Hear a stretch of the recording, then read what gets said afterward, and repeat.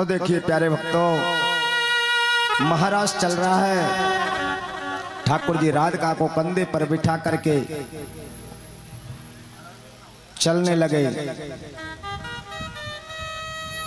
जैसे ही राधिका मैया को कंधे पर बिठाया और गोपियों के झुंड देखे कामदेव ने, तो कामदेव को वरदान भगवान दे चुके से पहले कि शरद पूर्णिमा का तुझे निमंत्रण है। तो कामदेव ने मौका पाकर के गोपियों के बीच श्री कृष्ण भगवान को देख करके और अपने पुष्पक बाण को चढ़ा दिया। जैसे ही कामदेव ने अपना बाण चलाया और भगवान अंतर ध्यान हो गए, और अंतर ध्यान होकर के अब गोपियां ही गोपियां रह गईं। जहां कोई भी पुरुष नहीं, स्त्रियां स्त्रियां हो तो काम उसका क्या बिगाड़ सकता है। भगवान कामदेव को परास्त करने के लिए अंतर ध्यान हो गई। जाकर के कामदेव भगवान के चरणों में जाकर गिर गया, प्रभु मैं हारा और आप जीते, क्योंकि आपकी माया बड़ी दुस्तर है। काम तो क्या कोई कुछ भी नहीं बिगाड़ सकता, आपकी माया विलक्षण है, आपकी माया का किसी ने पार नहीं पाया प्रभु। इस प्रकार से महाराज 6 महीने तक चला।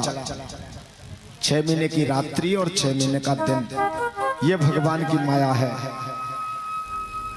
भगवान की माया 6 महीने तक का दिन बना दिया और 6 महीने तक रात्रि, निरंतर 6 महीने तक ये महाराज चलता रहा। अब महाराज का मतलब क्या है ये जानिए कि महाराज सब रसों का एक ही रस हो जाए, उसका नाम है महाराज।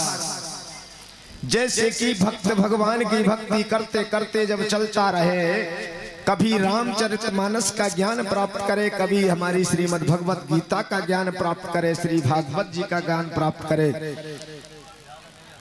कभी विष्णु पुराण का, कभी स्कंद पुराण का, समस्त वेद शास्त्रों का ज्ञान प्राप्त करे और उसकी बुद्धि एक ही जगह लग जाए कि सबका निचोड़ यही है, परमपिता परमेश्वर के चरणों में ध्यान करना। और भगवान के ध्यान में ऐसा विचार कर ले, रामचरितमानस जितने भी शास्त्र हैं, भागवत महापुराण, सब में एक ही सार है, राम और कृष्ण का सार निकलता है। जैसे कि दधी मंथन करने से मक्खन निकलता है, ऐसे ही समस्त शास्त्रों से भगवान का नाम निकलता है। जब मनुष्य समझ लेता है कि जहां भी जो कुछ भी अनुष्ठान चल रहा है उसमें भगवान का नाम आ रहा है और आनंद लेता रहे, भगवान के नाम में विश्वास करके, उसको भैया महाराज कहते हैं।